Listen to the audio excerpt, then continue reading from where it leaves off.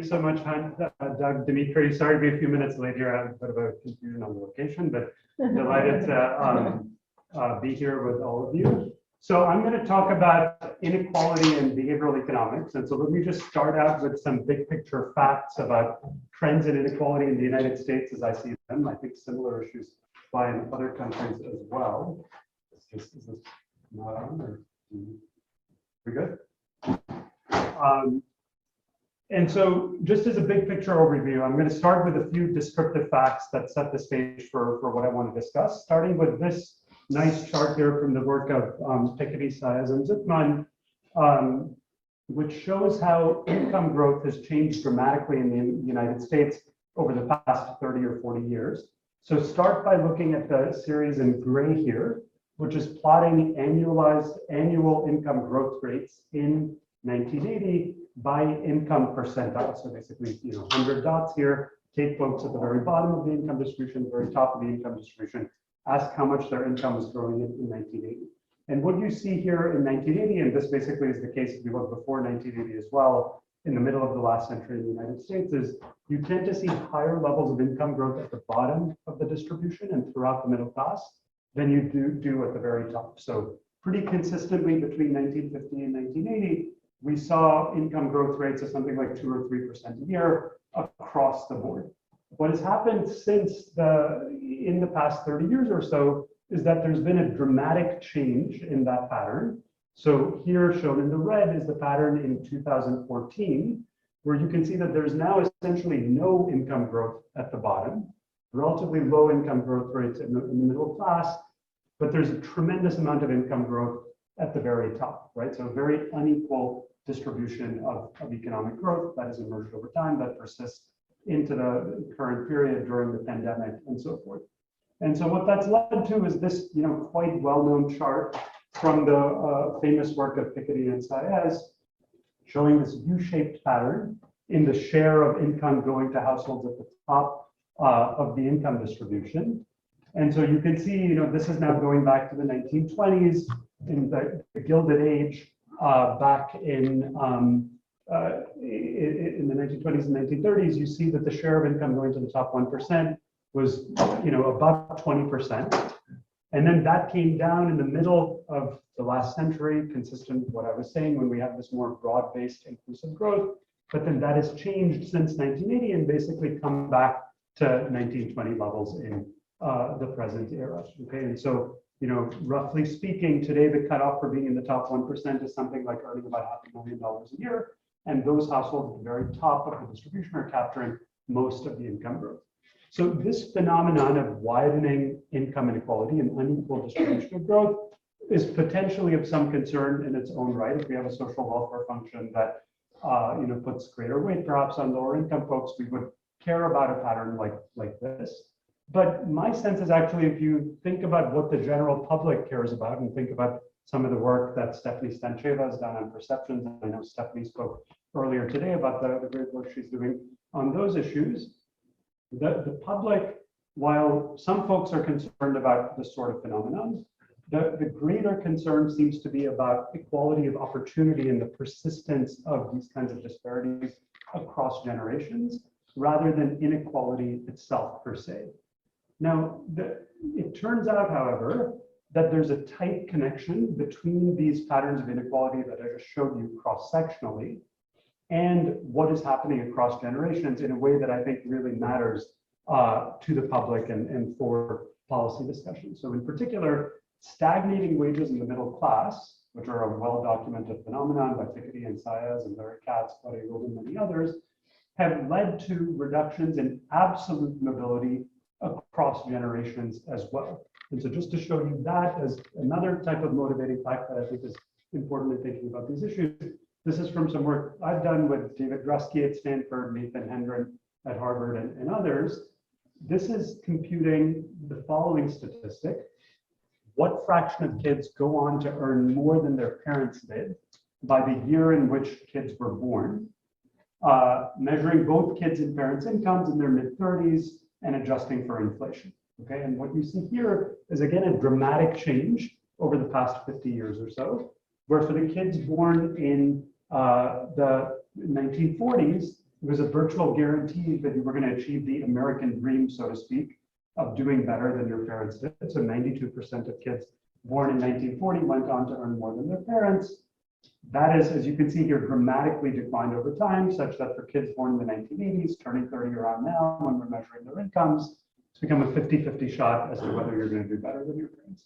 So why do I say this is closely connected to the charts that I started out with? Basically, what's happening here is, if all of the growth is going to the people at the very top of the distribution, take the extreme case where, say, the richest person like Jeff Bezos or Elon Musk is getting all of the growth in the economy, then the fraction of people who are going to be doing better than their parents is naturally going to be lower than if we are in a situation like we were, back in the 60s and 70s, where lots of people are having increases in their income relative to their parents' generation. And so that stagnation of wages in the middle class, I think, has really driven down levels of absolute income mobility. And the reason I think that's quite important is if you ask people, and I think Stephanie's work captures this, or more broadly, if you kind of look at the public discourse, people care a lot about this type of thing. So am I doing better than my parents? If you ask people, how well are things going? This is a very common point of reference. If you ask parents about what they're concerned about in the future generation, lots of people will express the concern that we're no longer in a country where I can expect my kids will do better than I did. Now, one further kind of descriptive fact that I think is important in thinking about these issues. So in that last chart, I was just focusing broadly on overall what fraction of kids end up doing better than their parents did. I think this is particularly an issue of concern at the bottom of the income distribution, partly because, if you're already making $300,000 a year, maybe your kids only end up making $250,000, but that doesn't seem like as big of a deal as if you're quite not well off and your kids are not able to rise up. But also because the US is a country where kids from low-income families have particularly poor outcomes, because there's a tremendous amount of persistence of income across generations. And so to show you that fact, here is a graph constructed from population tax data, looking at essentially all kids in the United States born in the early 1980s, relating their rank in the national income distribution to the rank of their parents. So we're saying, where from 1 to 100 do your parents rank in the national income distribution, and what is the average rank of the children as a function of their parents' income? And you can see there's a quite strong upward sloping relationship with something like a 40 percentile gap between the kids born to the poorest families and kids born to the richest families. And so, in a nutshell, basically, I think a key question of public interest, and the one that I'm going to focus on in this discussion today, where I think the tools of behavioral economics can potentially be quite valuable, is to ask how we can increase upward mobility out of poverty. That is not the only issue that's of interest in thinking about inequality. I think there are various other issues that matter as well. But in my view, both from a scientific perspective and conversations with people both on the left and the right, different sides of the political spectrum, I think there's pretty universal concern about this issue, at least, of how we can increase upward mobility out of poverty. That is a real challenge in the United States today. And I want to talk about how we might go about doing that from a policy perspective, and why I think behavioral economics considerations of the type you've been talking about in the past day and this morning can be very valuable in thinking about this issue. So before I dive in on that, let me just stop for a second, see if folks have any questions on the general facts or what I'm trying to do here. Yeah, please. I had one question on how absolute mobility is defined. I was wondering with the chart of the percent earning more than their parents, couldn't you still, couldn't you have the kind of incomes stay the same over time and just have the share, like if you have a bottom share that's moving up, you get 90% up, the top 10% move down. Yeah. Yeah, so there can be a reshuffling phenomenon, or there can be level effects because of changes in growth. So the way I think, one way you can decompose this, and we do this in this paper, just skipping that detail here, is ask how much of this trend is driven by a reduction in economic growth rates. So in the US, real GDP growth rates are about 1% lower in the past 40 years or so relative to what they were in the middle of the last century. So when you have less growth, that's mechanically going to lead to this sort of phenomenon. That's part of what's going on. But second, the distribution of growth is also extremely important, right? Like I was giving you that example of one person getting all the growth. And so what we show in the paper is 2/3 of this decline is driven by trends in inequality, and 1/3 of it is driven by the slowdown of growth rates.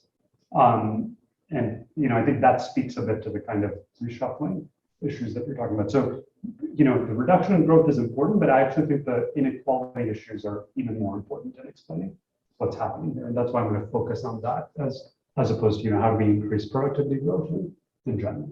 Okay? All right. So let me describe a simple framework for thinking about these issues. Okay. So just to come back. Yeah. So just to kind of fix ideas and introduce, just some very simple notation to structure what I'm going to talk about.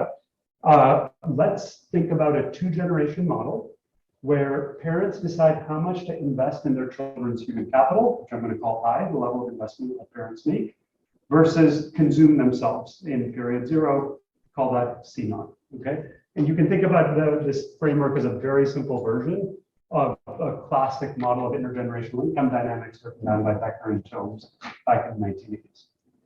Okay, so in the neoclassical world, what we might think of parents as doing in this setting is maximizing their own utility in the current period, U of C0, it's a function of their consumption in the current period, plus some discounted version of their kids' utility, which is going to be a function of their kids' incomes, which I'm going to call Y1, which are in turn a function of the level of human capital investment made by their parents. Now, that investment could be literally dollars spent on things like books and things like that. It could more broadly be the neighborhood you choose to live in.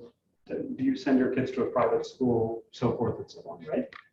Parents, of course, face a budget constraint such that the amount they consume today and the amount they invest in kids has to be less than or equal to the amount of money they actually have, which is, I'm just going to assume, is their income, Y0, income in the current generation.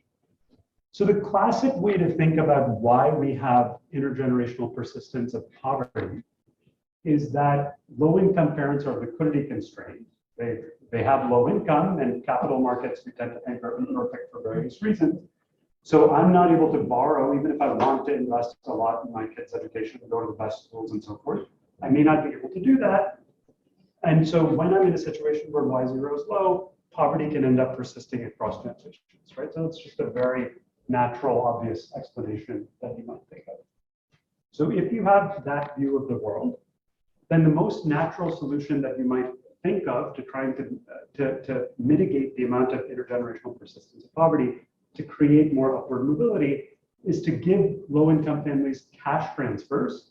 So basically relax this liquidity constraint and let them optimize. Now, this is not just some theoretical notion of interest, it's an extremely important debate occurring at the moment in the US in the context of discussions about the child tax credit, for example. Should we extend the child tax credit that was expanded during the pandemic?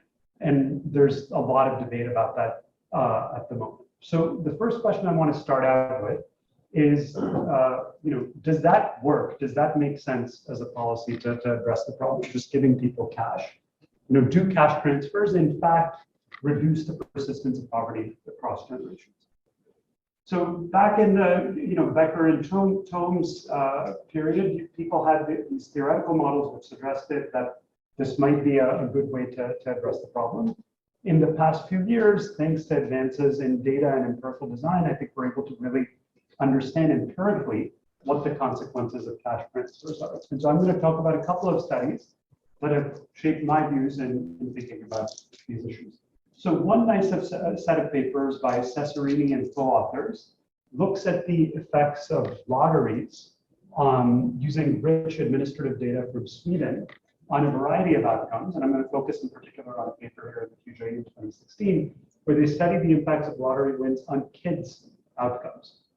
So at some level, if you're trying to understand the causal effect of cash transfers, and you're in the neoclassical world where money is money and it doesn't matter where it comes from, lotteries are sort of the ideal experiment, right? And so they have data on the number of lottery tickets people bought. They can look at different types of lotteries, and then, just by random chance, you win and I don't, what happens to our kids? Very clean setup. So essentially what they're able to ask is how much of the cross-sectional correlation between parents' incomes and kids' outcomes that I showed you in that initial figure is explained by the causal effect of income. Or to put it differently, if I were to give you a bunch of money, would that help your kids rise out of poverty? So here's the answer to that. So this first dot here shows you in their data what the cross-sectional correlation is between parental income and one of the outcomes they look at, which is kids' GPAs in elementary school. So you can look at a variety of different outcomes, kids' test scores, high school graduation, things like that. They all give kind of similar results. I'm going to focus on this GPA. Okay, so what this is telling you is a $1,000 annual income increase in the cross section is correlated with about a 0.02 increase in GPA. So that's the cross-sectional association. So now what they can do is take their lottery estimates, convert them to the same units, and ask, what is your estimate of the causal effect of giving a person $1,000 on GPAs? And what you can see is, just across the board, pooling everyone, looking at low-income parents, looking at young kids, older kids, there is absolutely zero effect of giving people cash on how well their kids are doing. And it's not just that there are statistically insignificant estimates. I actually think they have a fair bit of precision, given the scale of the data, to rule out meaningful effects. Okay, so this is one, I think, pretty compelling piece of evidence against the very simple view that just giving people cash is going to dramatically change kids' outcomes. So when you show people that evidence, and a common response is, well, lotteries, that's kind of a special form of money. When you win the lottery, you're going to go on vacation, you're going to buy a house, you're not going to spend it on things that have a long-term payoff. Okay, fine. I mean, I would note that itself is a departure from the neoclassical model. But let's take that view. So let me now show you evidence from another study published relatively recently by Brian Jacob and co-authors in the community that has a very different form of income. So this studies the impacts of housing voucher lotteries in Chicago, where a bunch of people applied for housing vouchers, low-income families. As is very common in these kinds of situations, there are limits on the budget the city had.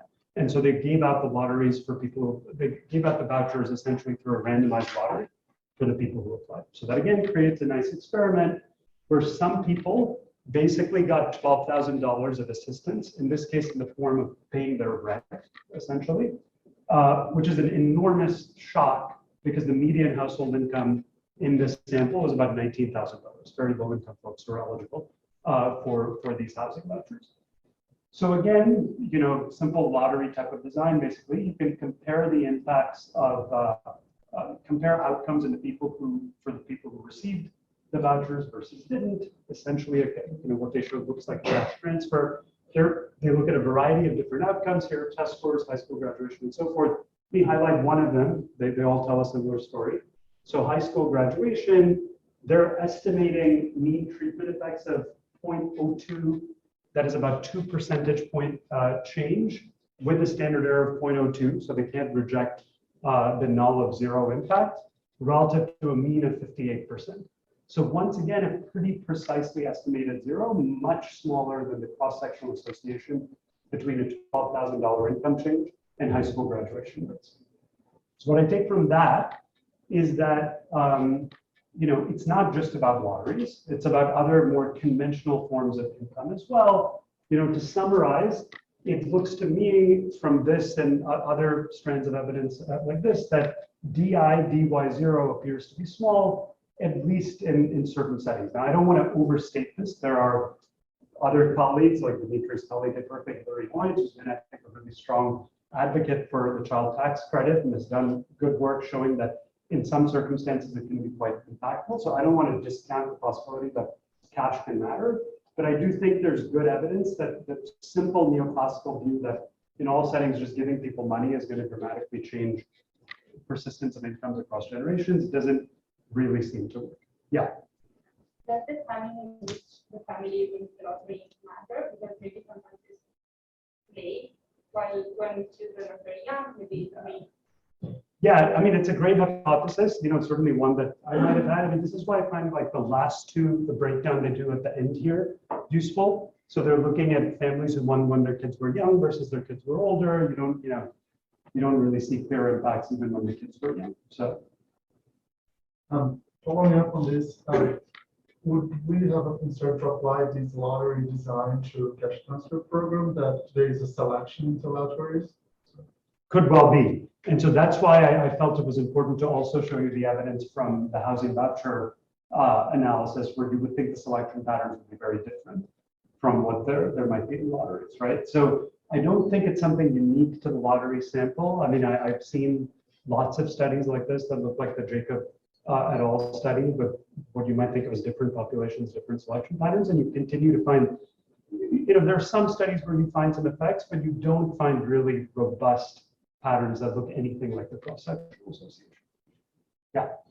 And imagine this is in the paper, so sorry, this is obvious, but surely, especially with the housing voucher, it solves the parents' poverty issue. It sounds like it's a substantial amount. Yes. It's just like a striking. Yeah, I don't think it's just. I mean, it's so that's why I'm focused on the intergenerational dynamics of poverty. That's why I set that up as kind of the estimate of interest that I want to talk about. Of course, mechanically, absolutely. Like if you're looking at the fraction of people who are above the poverty line, and I give you $12,000, yes, you're less likely to be above the poverty line. I view that is not unimportant, but it's a very different question than trying to understand the dynamics of poverty across generations. And the reason I think that's important, I mean, I'm glad you highlighted actually, because if you think about creating sustained change, if your approach is going to be to literally transfer money to people in every generation, that's going to get pretty expensive. The reason I think we care about intergenerational dynamics is if you can get people on a different footing where they are earning more money themselves, then eventually you're going to get to a different steady state where you just have a smaller fraction of income people, so potentially a much higher rate of return in some sense, right? So that's why I think we care about that. Okay, great. So that's yeah. Sorry, just on the last point, is there, we might not have data yet, but would there ever be a model where it would take 2 generations, so you could still have intergenerational effects? But Yeah. I mean, I was thinking about the housing thing, like maybe it's no matter when you give the parents the money, you're not going to see effects on high school graduation of their kids, but having stable housing has effects on investments to their kids. So I'm going to show you some evidence that points in the direction of 2 generation effects, but not necessarily from cash. Okay. I think you're right that we don't have like the ability to directly do those 2 generation studies. Yeah. My intuition, you'll see where I'm going with this. My intuition is you probably won't see that because of how the money is being spent. Okay. But it's it's a plausible hypothesis, I think. Okay, so so one potential explanation for why we're not seeing very much impact is that parents may underinvest in their kids from the planner's perspective. So one simple way to think about this, a traditional explanation goes back to Eddie Lazier and others, is that parents' discount factors, delta, in this simple framework, may be lower than the weight the planner or society wants to put on future generations. We care a lot about as a society, maybe about kids in the next generation, but parents are really focused on their own consumption, perhaps. And that's why just rationally, you give them a bunch of money, they do things with it that don't lead to kids' outcomes changing, that don't change the intergenerational persistence of poverty. Okay, so that's at least, ex ante theoretically a possibility. A different view, though, is that parents do care about their kids, but maybe aren't spending the money all that effectively to achieve the aim of improving their kids' outcomes. And so let me now talk about another pair of studies that have shaped my thinking on this issue a bit. So first, I'm going to talk about a study by Bernheim et al. In 2015, where they study a very nice tweak of a standard conditional cash transfer program, which they call labeled cash transfers in Morocco, using a randomized trial. Okay, so what this is small cash transfers that are made to dads of school-age kids that are not conditional on school attendance, critically, but they are labeled as education support program. So traditionally, what people would do often in developing country settings is say, you get money if you send your kids to school. But what they try here is, you get money to help you send your kids to school, but do whatever you want with it. So again, set up as an RCT, some people got the support, some people didn't. They're able to compare it to the effects of conditional cash transfers, which some people received and so forth. And so here's a simple summary of what they find. They look at the fraction of kids, small kids who are attending school, among those aged 6 to 15. The mean in the control group is 0.73. The labeled cash transfer, LCT, increases that by 7 percentage points. And then they look at the difference between that treatment effect and other conditions like conditional cash transfers and so forth. And you can see none of those things really have any differential impacts. So what they're showing here is if I give you cash, but I say it's for education, you actually do spend it on education in a way that we think, based on other work, might really meaningfully change kids' outcomes in the next generation. Okay, so this suggests that it's not just that when you give people cash, they have no interest whatsoever in spending it on their kids. It seems to matter exactly how you give this cash, how you label it. A further piece of evidence that I think goes in this vein in the developed country context comes from Hastings and Shapiro, where they look at the impacts of SNAP eligibility for food stamps, worth about $200 per month, on spending patterns for households. And I think this again demonstrates that money is not really treated as fungible by households, as is assumed in the neoclassical model, and is going to, as you see, pave the way for thinking about behavioral explanations. So just to show you what that looks like, they're doing an event study of families around the point that they get on SNAP, they become eligible for food stamps. And the key thing that you see here that's quite striking is that expenditures on SNAP eligible products, so food in particular, jumps up very sharply right when households become eligible for SNAP.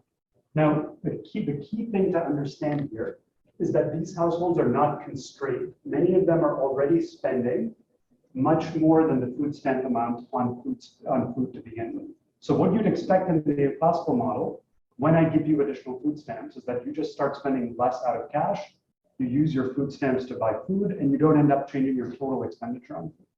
But you can see that in fact, households start to spend a lot more on food. They estimate that the marginal propensity to consume out of these food stamps is about 0.6 on food. So 60% of that, $200 is being spent on additional food. In contrast, spending on ineligible products, which you would also expect to go up in the neoclassical model of giving cash, that hardly changes at all. So again, you can see very clearly that people are not treating money as money. There's some mental accounting going on. There's some labeling effect that seems quite important. Okay, so what do I think we've established from this set of studies? Empirically, for unrestricted transfers, people don't seem to spend that much of it on improving outcomes for their kids. But sometimes those impacts are larger, depending upon what Dick Taylor might call irrelevant factors, seemingly irrelevant factors from the perspective of a neoclassical model, but things that actually do end up seeming to matter quite a bit in practice. And so that, of course, naturally leads to potential behavioral explanations where we wonder whether parents are not maximizing this simple experience utility due to various behavioral biases and frictions. So what might those be in the context of intergenerational income inequality? I actually think this is exactly the setting where the types of lots of folks in the room have worked on, from Doug to David Leibson just joined us and others. This is the type of problem where these issues really come to the forefront in my view. Yeah, please. Sorry, just a clarifying question. Yeah. I just wonder, is there any way where we can conceive of intergenerational persistence in the absence of liquidity constraints and even in the absence of behavioral explanations, if we have complementarities between human capital investment in your children and parental income and background, where you can imagine if my parents have very high education and are very wealthy, investments in my human capital are actually just proportionally higher, so it's actually to invest more, and it's not so much a behavioral thing. I see. So you're saying maybe the returns differ across the income distribution, basically, and that might motivate. Yeah, I mean, that's possible. I'm going to show you some direct evidence that in fact, the returns to investing in kids and low-income families do seem to be quite high, actually, and their outcomes can change quite a bit when you make the right investment. So I actually empirically don't think that that ends up being true, but theoretically, you're right. And I don't mean to say like this is an exhaustive set of explanations that I'm showing you here, but kind of paving the way towards a set of evidence that I think will speak to that. Yeah, Doug. So Raj, I'm all for behavioral explanations, but thinking back to your motivational figures, it doesn't seem like people are any more behavioral now than they were in the 1980s. And yet we've had this, that was your motivation, this radical transformation. You're not proposing behavioral is responsible for that. I mean, yeah, no, I think that's totally fair, Doug. I think there are behavioral, so let me maybe put it this way, that I think there are structural factors in the economy, like technological change, outsourcing and so forth, that are contributing to the stagnation of wages in the middle class. A question in my mind is, why don't households sort of respond rationally to that and invest more in skills? So I think about Claudia Golden and Larry Katz's race between education and technology. You might expect that when technological progress is continuing, you will rationally kind of upskill yourself or upskill your kids so that they can compete with the machine.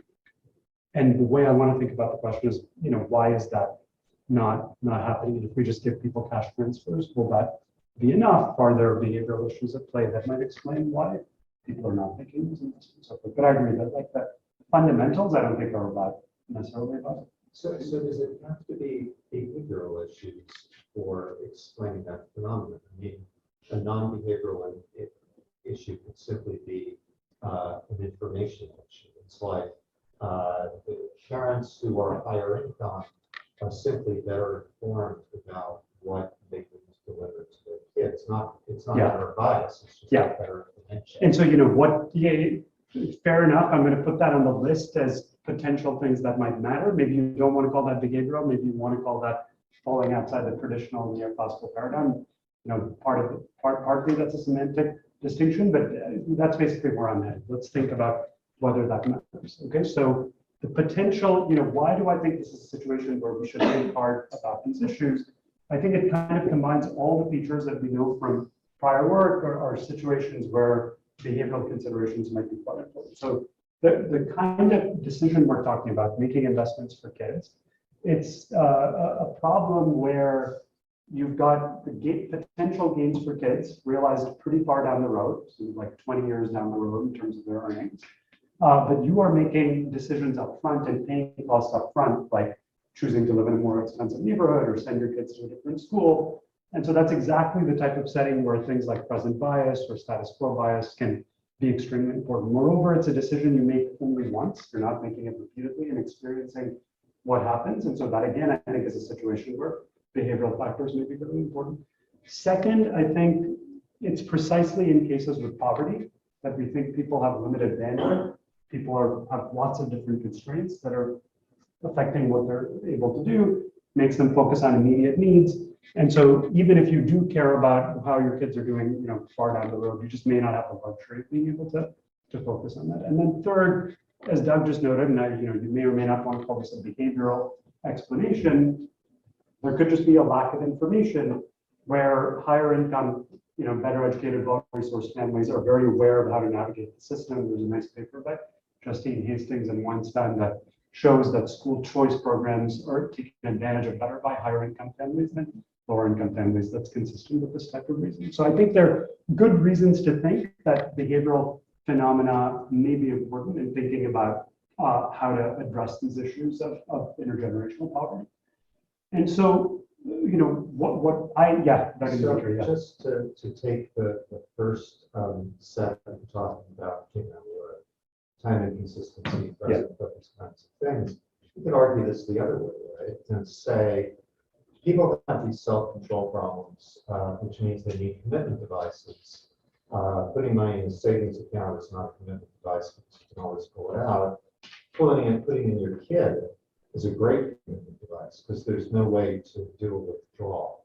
Haven't figured out how to do that. Yeah. So if you suffer from these problems, shouldn't you be more inclined to invest in new things?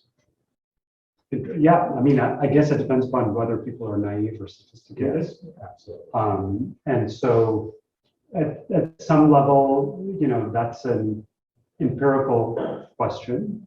You know, I'm not going to have direct evidence one way or the other, the way where I'm going to say that people are naive or sophisticated. But to me, this motivates thinking about these issues, you know, in terms of choice architecture. How are we setting things up in encouraging people to make investments in their kids that they don't apparently seem to be making? And I'll show you a bit more on that in a second. So number 3, you focus on navigating the system. Would you put something like incorrect perceptions about the returns to new capital investments in there too? Kind of thinking about some good work like Rob Jensen on yeah. information situation. Yeah. I mean, I would put that in that same bucket. I think there's a debate about how much correcting those perceptions actually, how much of an effect that actually has. You know, Rob's paper shows pretty significant effects, but there are a number of studies that replicate that in other settings and find smaller effects. So let me come back to this. My instinct is that the informational considerations themselves are not central, although they may be a piece of what's going on. I think there are other things going on as well. Okay, so, you know, what I wanted to say in this first part is basically that the data indicates we need to go beyond providing cash assistance to reduce intergenerational persistence of inequality. I think that's the way people were thinking about it, you know, back in the 80s and 90s. There's some capacity in that, but I don't think it's going to fully solve the problem. And so that motivates the focus on interventions that are focused on specific behaviors more directly. Support for education, nutritional programs that impact kids' outcomes, you know, doing more than just giving people money. And my view is that insights from behavioral economics can be very valuable in designing those types of interventions. Not merely the fact that you might need them to begin with, but how you actually design them once you recognize that people are not kind of optimizing as you would expect in the near possible model. And so I'm going to illustrate that in the rest of the time here. And I just want to flag for David, we ended up starting 15 minutes late because of a location confusion. So So good. Yeah, I'm loving it. Keep going.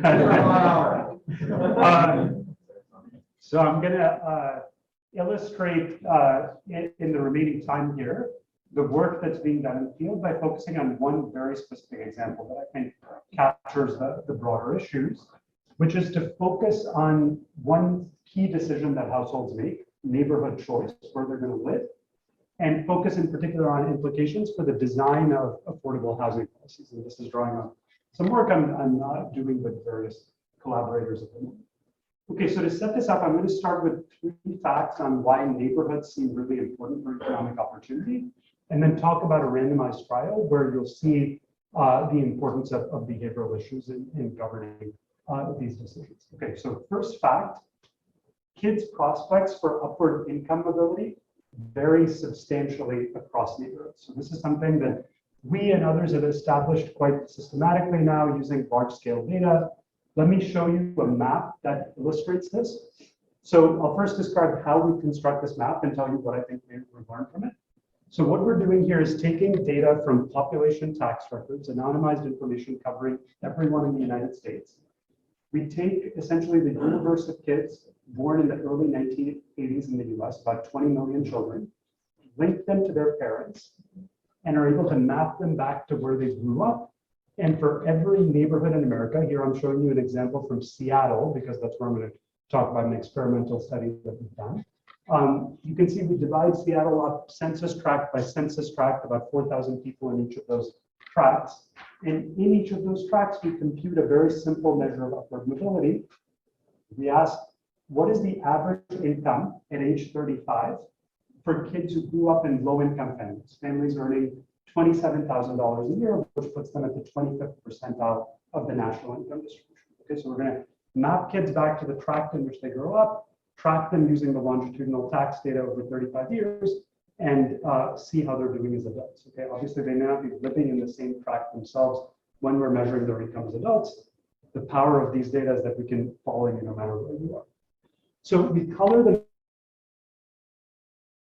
map so that red colored places represent areas where you're less likely to rise out of poverty, and blue colored places represent areas where you're more likely to rise out of poverty. you start by just looking at the scale on the right side of this chart, you can see that it matters enormously which neighborhood you're growing up in. Even in a city like Seattle, which has a vibrant tech sector and so forth. So if you're growing up in the center of the Seattle or much of South Seattle, you are earning less than $30,000 a year on average as an adult. If you're growing up north of the city in a place like Shoreline or east of the lake, average incomes are about $55,000 or $60,000 a year. So just descriptively, it's a fact from the data in Seattle and cities across the US. You can look at the data for yourself at opportunityatlas.org for whatever city you're interested in. You will see a pattern that looks like this. Okay, so there's a lot of variation across neighborhoods and kids' outcomes. Second key fact, that variation, you might wonder, is that just driven by selection, different types of kids living in different places, or is it actually about the causal effect of neighborhoods? And I think there's now a pretty good body of evidence in economics and in social science more generally that a large part of the variation in the map I just showed you is due to the causal effects of place, in particular the causal effect of where you grow up.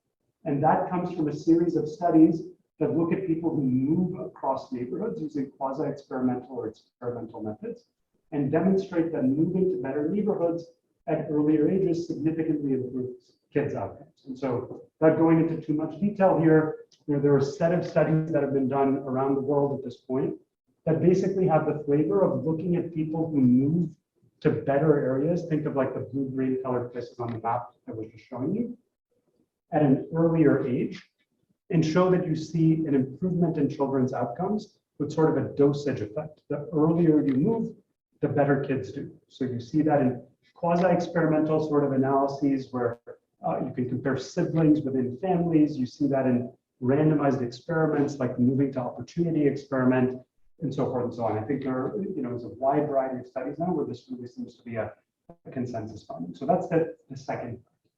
The third fact, which is what's going to motivate the set of behavioral decision-making issues that I want to focus on, is that low-income families who receive housing vouchers, that is, who receive assistance from the government that is in principle intended to help them solve this problem and move to a higher opportunity neighborhood, still predominantly live in low opportunity neighborhoods. So to show that to you, let me go back to the map that I showed you before, but now highlight in the bright green dots the most common census tracts where families receiving housing vouchers currently live in Seattle back in 2015 to 2017. So just as a bit of institutional context, we spend about $45 billion per year in the United States on affordable housing programs that are intended partly to break the cycle of poverty and give people access to more stable housing to better neighborhoods. What you can see is despite the fact that these families are getting about $1,500 a month from the government in rental assistance, they are not actually using that to move to a neighborhood where we know their kids would do better in the long run. So this is one specific example of the type of thing that I was talking about more broadly earlier, where it doesn't look like the money is actually being applied to something that's going to help their kids in the longer term. And so when we noticed this pattern, it was actually housing authorities noticed this pattern when we put out this opportunity atlas data, we began to wonder, why don't low-income families move to opportunity, despite the fact that we're trying to give them the resources to do exactly that. And so I think there are, again, two classes of explanations of the type that we've been talking about. One is, it's once again about preferences, maybe not in a discounting context, but perhaps just other amenities of neighborhoods that matter to people. So you care about how well your kids do, but you also care about maybe things like how far you are from your job or being close to your family. There might be other good reasons you don't want to move to the other side of the lake in Seattle. A different set of possibilities is that there are behavioral frictions of various types that are preventing families from moving to high opportunity areas, even though they really would want to do so and they would be happy to live in these higher opportunity places if they could.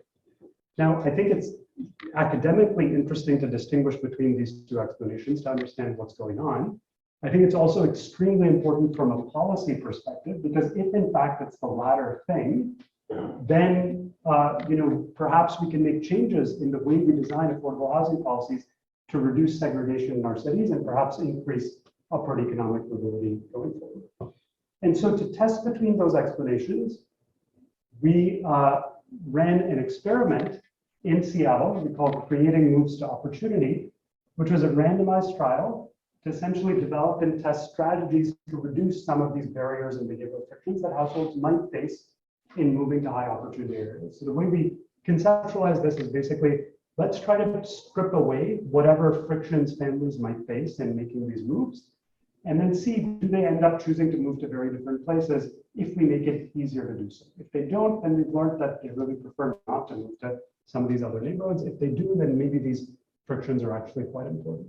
And so how did we do that in practice? So what we did is designed first a bundled intervention where we basically talked to families and thought through, the various challenges they might face, and ended up having three components. First, a customized search assistance component. So the way to think about this basically is like a broker to help you find housing wherever you like to live. So we hired a nonprofit staff that did this work, and they spent on average 6 hours with each household, talking to them about, what's a neighborhood that would be convenient for your job, where transportation options are good, that suit your tastes, and let me connect you with a landlord there, and so forth. Second, because this is a two-sided market, not just like going to the grocery store and buying ketchup, you also have to have the landlord being willing to rent their unit to you. We also had this nonprofit group engage directly with landlords and kind of make that connection between the tenant and the landlord. We'll see in a second that proved to be quite important. And then finally, we provide a little bit of short-term financial assistance to deal with the types of liquidity constraints that families might face. You need to pay an application fee, a security deposit. These are very low-income households. Sometimes that can be an impediment. Now, to be clear, this is different from a behavioral intervention like a nudge or a default that you might think of as being super low cost, essentially costless. This actually costs them significant money, about $2,500 per family, which is certainly not a small sum. But the way I look at it is, in the grand scheme of things, it's actually a pretty inexpensive intervention, because you have to remember that on average, we're spending $1,500 a month on these housing vouchers. And the typical family is using these vouchers for something like 7 or even 10 years, because they tend to stay in these places. So relative to that total amount of spending, which is about $100,000 a family, the $2,000 incremental spending is actually quite modest on these services. Okay, so we ran this as a randomized trial. 1,000 families came in to apply for a housing voucher in the Seattle metro area in the standard way. Half of them got these additional services. Half of them just got the standard thing, which was, here's your housing voucher.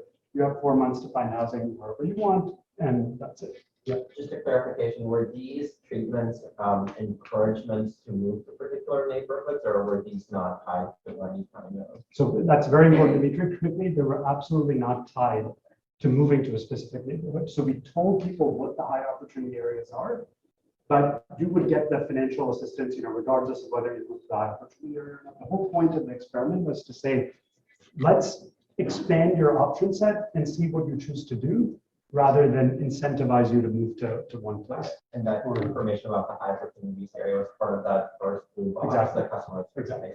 Exactly. So we're basically trying to give you some information, and I'm going to talk about how we unbundle this in a second to try to figure out what actually matters. Yeah. I had a related question. Did you have enough landlords who were willing to take Section 8 vouchers in the high income neighborhoods? So in practice, yes. And so let me answer that by actually just showing you the results. So what actually happened. So just simple comparison of means, right? It's a randomized experiment. So in the control group, 15% of households moved to high opportunity areas, consistent with what I was showing you in the baseline. Most families, when you don't provide the support, do not in fact take advantage of it to move to a place where their kids are going to do better. In the treatment group, that number jumps up to 53%. So more than half of them are now living in these high opportunity areas. To see that very concretely, let's go back to the map of Seattle. The blue shaded area shows you what we designated as the high opportunity places based on the Opportunity Atlas data, basically the top third of census tracts in terms of rates of upward mobility for kids. The green pins show you where families in the treatment group chose to move. The red pins show you where families in the control group chose to move. And you can see very clearly that it's a completely different distribution. Critically, the green pins are scattered throughout Seattle. So it's not that there was just like one landlord, we found one building and then everybody ends up moving there. You'd worry about that potentially changing the local equilibrium if that ends up happening. In practice, you can see people were able to find housing throughout different neighborhoods in Seattle. And so effectively what's happening here is on a small scale, you're starting to basically desegregate the city and give lots of low-income kids access to better opportunities. To put a number on it, concretely tying this back to the earlier work that's been done and the causal effects of growing up in different neighborhoods, we estimate that on average, the kids in the green pin locations who basically got lucky and ended up moving to those neighborhoods are going to go on to earn about $200,000 more over their lifetimes relative to the kids in the red pin areas. Okay, so to go further in understanding what's going on here and think about what types of behavioral factors might be at play, you might be wondering, okay, we've induced families to move to these higher opportunity areas. Yeah, that's With respect to the final thing you said about the value of moving. Yeah. Is there a sense in which this policy works on a small scale, but if you did it on a big scale and you depopulated these areas and simply moved everybody into a Absolutely. So that number that I cited is absolutely a partial equilibrium estimate, right? Based on one kid moving to a different place. So from the perspective of one kid here, I think that calculation is plausible. You're totally right that if I were to move everyone from here to here, surely the model is not that it's like the conditions in the soil or something that are leading to our, it's about the social interactions and things like that. And so this is why I was emphasizing that people move in a pretty scattered way. I actually think that's fairly important because, you've got a small number of people entering these new neighborhoods. So you might plausibly think, at least at a limited scale, that you're going to preserve the causal effects to some extent. Now, I totally agree with you that if you scale this up dramatically and you've got dramatic shifts in the composition of the population in a different place, who knows how persistent those. Well, you also have to worry about what happens to the people who are left behind. Yep. Some families don't move. Yep. Quality of their years. And they actually are doing worse. I totally. So all issues we're actually thinking about in other contexts. Happy to talk about that afterward, but absolutely. Okay, so families are moving to these better areas. Are they making sacrifices on other dimensions? To get a sense of whether they sort of were making a mistake in some sense, we care not just about whether the kids were doing better, but rather, do they seem to actually be better off because we've provided this sort of support? And so one thing you might wonder about is, did they end up having to move further away from their relatives, from their jobs? Did they end up having to move to a smaller apartment? On any observable dimension you look at, we don't really see any trade-offs that seem obvious. People are not moving any further relative to where they lived before. They're, if anything, living inside the larger apartments rather than smaller apartments in the treatment group. Perhaps as a result of all that, if you do surveys ex post of how satisfied people are with their new neighborhoods, you can see that people in the treatment group are much happier than people in the control group. And they're quite sure they'll stay. And in fact, when we track these people over time and look empirically at whether they do stay in these neighborhoods, you see very high rates of persistence in the treatment group in the new neighborhoods. So why do I emphasize this? I think evidently what you learn from what I just showed you is that many families do in fact seem to prefer the high opportunity neighborhoods, but are unable to move there without additional assistance. So this is what, tying together the pieces I've been talking about, it seems to me that it's not a preference story for why we see so much segregation in American cities. A lot of it has to do with a small set of frictions that we can apparently overcome with the type of treatment that I was just talking about. So last couple of minutes here, let me say a little bit more about what the barriers actually are that families are facing in moving to these higher opportunity areas, okay? And this is going to speak to some of the questions about the importance of information and so forth. So I'm going to we took two approaches to trying to figure that out. What are the underlying behavioral mechanisms? The first is to unbundle the set of treatments that I talked about initially. And the second is a qualitative approach, working with a team of sociologists to actually talk to families and try to get a sense of what the challenges they face are. So first, let me talk about the second phase of the experiment, where we ran the study now with 4 arms in the second year instead of 2 arms. There's a control group as before, There was a group that received the full set of services that I talked about as before, but then there were two intermediate groups. One that just received the cash assistance and the information about where the high opportunity places are, and one that received what we call partial services, not the person who's texting you and offering you to drive you to the neighborhood, like super high touch, really helping you out, but rather more, here's some generic support on tips on how to talk to landlords and so forth. And what you can see is that you really get the big impacts when you do the whole thing. If you just give people information, just give people cash, just do some light touch support, it doesn't really do that much. It does something, but it doesn't do a whole lot. To really get that big impact, you have to have the customized assistance. And that is very much borne out by the qualitative evidence as well, where we conducted a qualitative study of 161 families. Our collaborator, Stephanie DeLuca from Johns Hopkins, a sociologist, spent 2 hours with each of these families during the search process and post-move, compiled 8,000 pages of transcripts from these interviews. And to summarize all that in a very brief way, I would say two major themes emerge. One, you can see very clearly the importance of scarcity of bandwidth, basically. So I was lucky to be able to go on some of these interviews with her, and abstractly sitting in our offices at Harvard, it might seem kind of weird why families leave these opportunities on the table. But when you're in their house and seeing, you've got 3 kids, 2 jobs, trying to kind of just keep things together, the idea of spending time trying to figure out how to move to a totally different neighborhood, talk to the landlord there and so forth, you can see why that doesn't happen in practice. So that I think is one key issue. And the second key issue, which I think is extremely important in thinking about program design, is that each family's needs differ a great deal. Like any one-size-fits-all thing really doesn't seem like it works. Different families face different constraints. And so just to give you a flavor of that, I just want to show you a couple of quotes from the types of conversations Stephanie had. So Jackie, for example, says, when she started working with this counselor, was this whole flood of relief, the supportive nature of having lots of conversations with Megan, who's the caseworker who she worked with. Another person said, Leah said, I will come with, when you find a place, I will come with you and we will help you fill out the application. I'll talk to the landlord, emphasizing the importance of having somebody who can kind of advocate on your behalf and help you make that connection with the landlord above and beyond just getting the voucher itself. Okay, so let me conclude by talking first about what I think we learned specifically from this particular study about neighborhood choice and affordable housing, and then zooming out a bit and talking about what I see as the bigger picture for behavioral economics and inequality. So first, I think concrete lesson from this particular work is that the residential segregation of low-income families in the US, I think seems to be heavily driven by behavioral frictions rather than deep-rooted preferences, which I see as a really encouraging result in actually being able to do something about these issues in an increasingly separated and polarized society.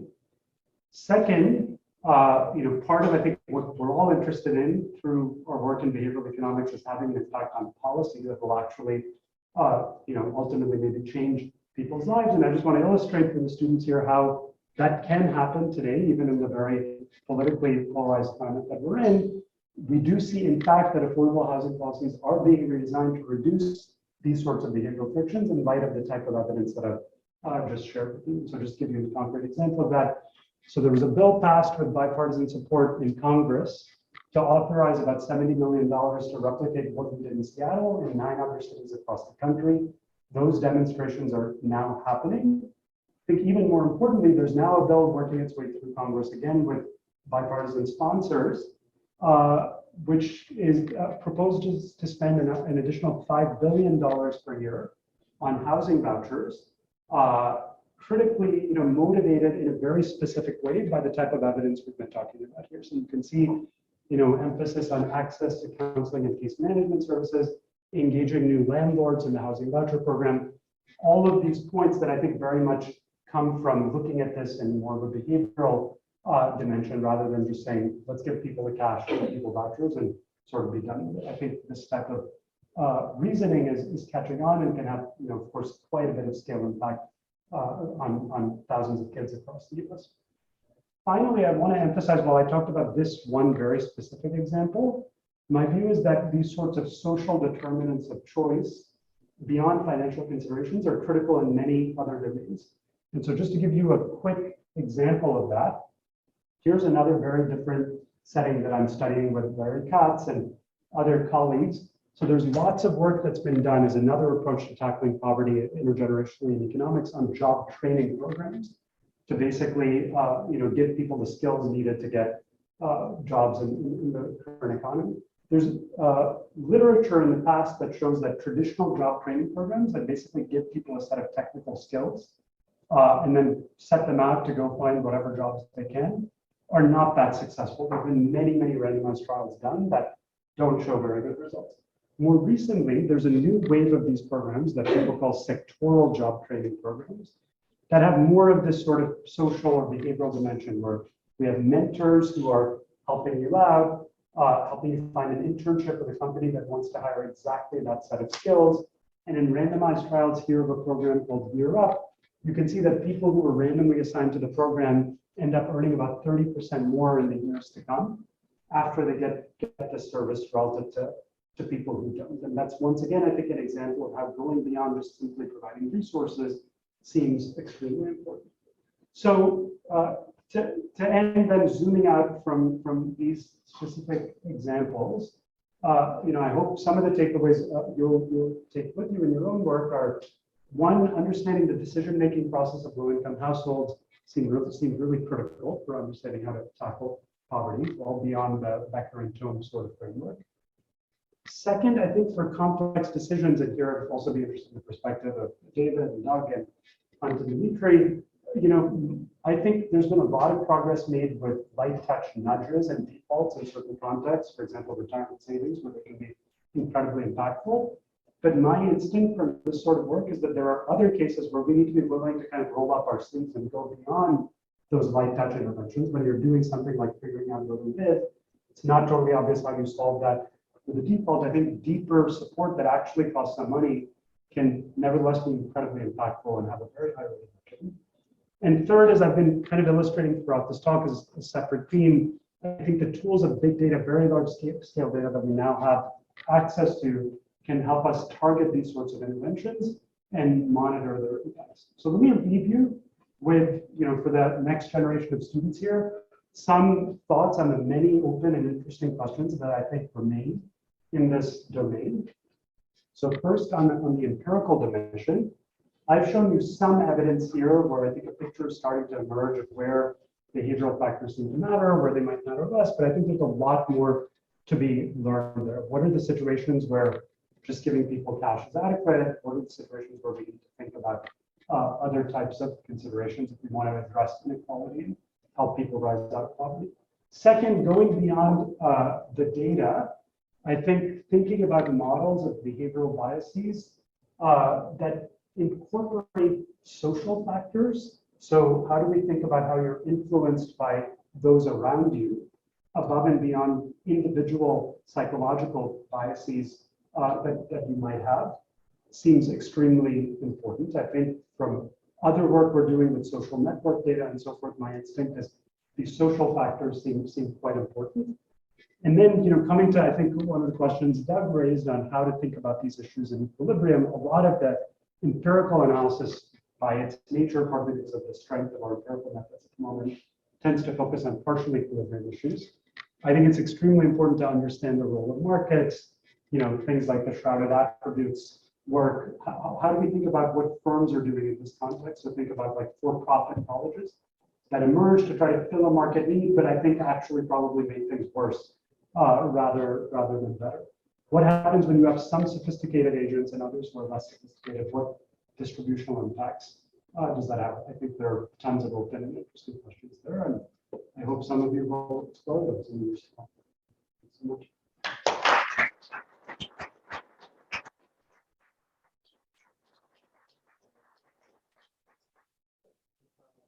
So we have considerable flexibility this afternoon on time. So if folks have questions for Raj, let's encourage those now. I'm still trying to understand what the mistake is on the causal side. So you show that the decision on where to behavior is extremely consequential. There's a high return to making this decision right. You also show that many of these households have low bandwidth, they have very complicated lives. And you also show that just providing information doesn't seem to be enough. So I'm wondering, do you think they are underestimating the return to spending one day looking for even 1 week or whatever amount of time searching for their right neighborhood? Or what is it that they seem to be not making the right decision, even though the return to doing it is so high? Yeah, it's a good question. And I mean, to me, partly that question is about how you model the kinds of constraints that people are facing. So my sense from talking with folks is it's not a simple underestimation of returns. It's kind of like, how do you go about doing this when you are not well versed in that environment, right? It's sort of what is, you have to have a certain way of speaking, what's kind of in your consideration set is the set of possibilities. What ex post, I think from our perspective, may seem obvious that you go talk to this landlord in this particular way and look at this sort of neighborhood. Actually, in practice, I think people feel very hesitant to do that. So even if I were to say, look, I give you this amount of time and ask you to dedicate this time to figure this out yourself, and I show you it has a very high rate of return, my sense from talking with some of these families is they genuinely, would have a hard time figuring out how to do that. And if you have somebody who does have that experience come and help you and advocate for you and say, we can figure this out together, that kind of psychological support itself seems quite valuable. I think it's a little bit different than what we typically capture in behavioral economics models, but strikes me as being quite important in practice. And I think just, even if you introspect yourself, I suspect most of us in our lives can think of someone who's had a great influence on shaping our own trajectories. And I think it's that type of thing that seems to matter. We have an idea or sense of how large the endogenous response of parents upon moving from another neighborhood is. I was thinking of stability. You showed that many parents say that they do plan to stay in the new neighborhood, whereas they might have been, always about to try to move or not felt at home because of the bad circumstances. I was wondering, just upon, feeling that you're settled and now you can stay, it's a good place. Yeah. How do you endogenously invest more or less, I guess, more on your people? Yeah, I mean, I think what you're getting at is absolutely right, that the neighborhoods may have a causal effect, not just on kids, but on parents. In fact, there's good evidence from earlier studies of the moving to opportunity experiment, for example, by Larry Katz and others, showing that the mental health of parents improves greatly when they move to some of these neighborhoods. And I think it reflects exactly that. You see a lot of people saying things like, I'm much less worried about crime, things are more stable. And as a result, I may be able to spend more time with my kids, which then ends up helping the kids independent of the direct neighborhood effect as well. So I think all of that is right. Yeah. How important is the advocacy mechanism? Something I'm thinking about is like New York City co-ops. Oftentimes you have to be introduced to the co-op board in order for them to approve the application at all. There's this whole idea of the way that you perform and have language can be very coded, and that can make people very much get blocked out in some ways. And so I'm curious about how much of the advocacy is split between having the representative there at all versus learning all these ways of fitting into maybe a white neighborhood, for example. Yeah. I think it's a bit of both, and you're right to bring up the role of race here. So one of the things we were worried about is that the higher opportunity places at the moment tend to be predominantly white areas. And so you might worry, Black and Hispanic families were basically asking them to consider moving to predominantly white areas. Would they want to do that? It turns out when you look in the data, you see effects that are almost as large, treatment effects that are almost as large for Black families and Hispanic families as you do for white families. So they are taking advantage of these services, but I think the advocacy component was very important there. And in particular, connecting them with other Black and Hispanic families who happen to live in these neighborhoods was also very important. So my sense is some of it is about, speaking in the right code, things like that, but actually having the person with you is incredibly valuable as well. And then into that network. Exactly. I was curious about, do you see an effect, effect when you unbundle the treatment by difference in, let's say, if a household that was like already higher, like even better off, maybe like the systems, and then someone that is like lower.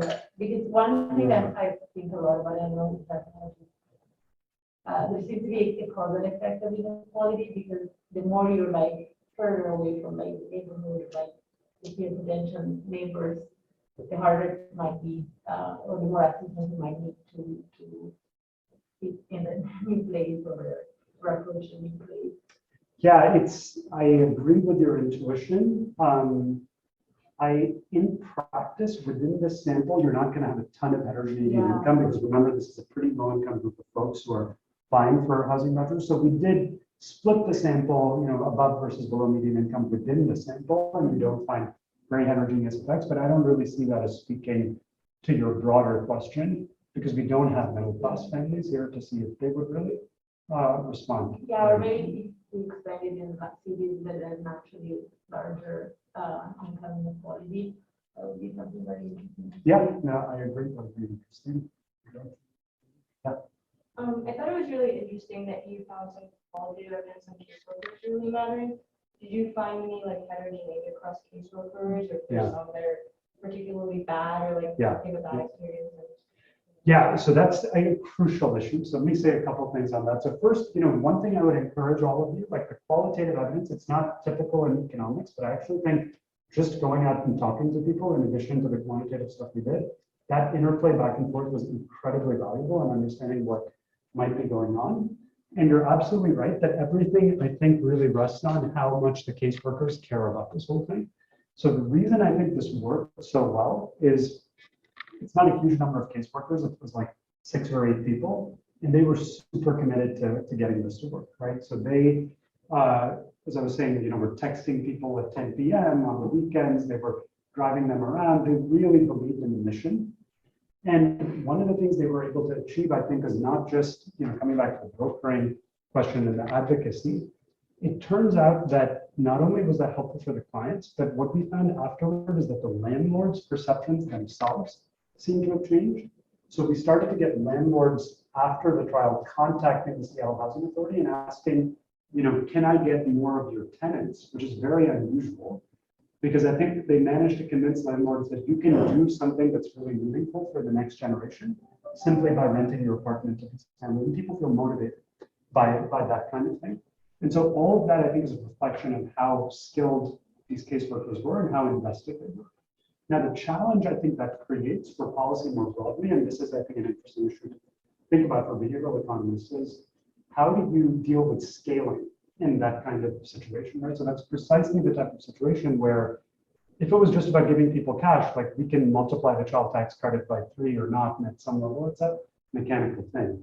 But taking this to other cities, taking this nationwide, at some point you start to get people who view it more as a job and are not invested in texting you at 10 p.m. at night, and then you're going to start to see very different treatment effects. And so thinking, for instance, of some of Hunt's work on site selection bias and things like that, I think it's going to be very important to have methods to continually track the impacts of these sorts of programs and really understand when do you get people invested in providing this sort of support that really makes a difference. I was wondering whether some people didn't want to move because they were not entirely sure for how long they will be receiving the help, or they didn't thought they were receiving long enough. Yeah. That would be worth it. Yeah. So that's, I think it's interesting to understand the decisions of the 5% of people who chose not to move as well. And there's actually some qualitative work that Stephanie and her team are doing to try to understand that at the moment. So one potential explanation is the types of things you're talking about on uncertainty. Another explanation that seems quite important is just family ties to certain neighborhoods. So I'll give you an example. So Seattle has a big Ethiopian community. And we find that a number of the people who chose not to move to higher opportunity areas, despite being given this assistance, come from ethnic communities like that, where they say, look, like English is not my language. Sure, like you see in the data, my kids might do better here, but I want to stay in a place that's familiar to me. And to me, what that underscores is the value of taking a choice-based approach where we try to expand people's choices as best we can, but ultimately leave it to them, recognizing that there might be heterogeneous treatment effects from these kinds of moves. You might have thought of a different approach where you could say, forget about all this stuff of providing people support. Let's just mandate that you can only get the voucher if you move to what we see as a higher opportunity place, or give you a very strong financial incentive to do that. In my sense from this is precisely for these sorts of reasons, that might actually backfire relative to trying to improve the choice architecture and then letting people do what seems best for them. Great, so I think we should let David.